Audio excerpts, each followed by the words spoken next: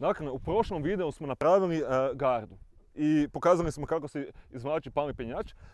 Ono što ćemo u ovom videu, čega ćemo se dotaknuti je kako dodatno povećati omjer prijenosa. Naime, kako možemo sad mi skužiti koliki je omjer prijenosa u ovoj situaciji. Promatramo ova tri užeta. Znači, u situaciji kada mi izvlačimo našeg palmog penjača, sva tri užeta izvlače našeg palmog penjača. I onda se njegovo opterećenje s kojim on opterećuje ovdje dio užeta, se dijeli na tri dijela. Dakle, u ovoj idealnoj situaciji, ako on ima 90 kg, mi ovdje bi trebali izvlačiti samo 30 kg. Međutim, tu se pojavlja jedan problem, a taj problem se zove trenje. Trenje se pojavlja na ovom mjestu i trenje se pojavlja ovdje u gardi. Dakle, mi kad ovdje izvlačimo, čak i ako ovo bi trebalo dijeliti u idealnom slučaju opterećenje na tri dijela, mi ovdje nećemo izvlačiti od njegovih 90 kg samo 30, nego ćemo izvlačiti 50 kg. Što nije malo, ne? 30 kg je relativno malo. Sad kako povećati, dodatno povećati omjer, povećati omjer prenosa i smanjiti silu kojom izvlačimo. To ćemo napraviti tako da ovo uže prebacimo, stavimo jedan karabiner u štand, prebacimo uže kroz taj karabiner. Međutim, ovo nam sada ne povećava omjer prenosa. To mnogi misle, dodao sam još jedan pa sam ja povećao omjer prenosa. Zbog toga što palmog penjača i dalje izvlači 3 komada štrika. Mi samo ovo vučemo od štanda, a ne prema štandu. Da bi mi povećali omjer prenosa, mi moramo dodati karabiner na ovo ovdje mjesto. To ćemo napraviti tako.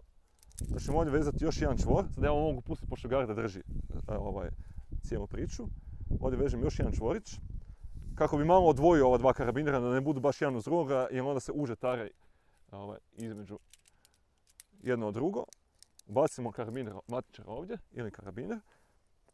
I na koliko sad dijelimo njegovu masu, dijelimo na 1, 2, 3, 4, na 5 dijelova.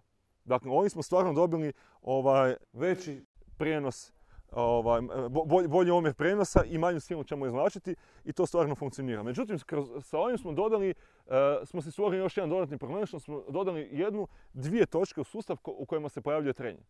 Dakle, to nam je dodatni problem. Ovaj problem se može djelomično riješiti i definitivno se rješava tako da na karabiner možete staviti komuturicu koju možete kupiti plastične komuturice.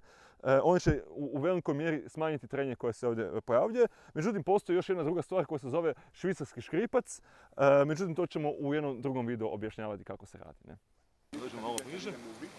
To je ta priča, mislim da košta 10 kuna i nije neka cijena. Drugi način je da imamo matičar koji na sebi ima ovakav mali kotačić. To su neke od opcije. Dakle, međutim, većina nas nema takav...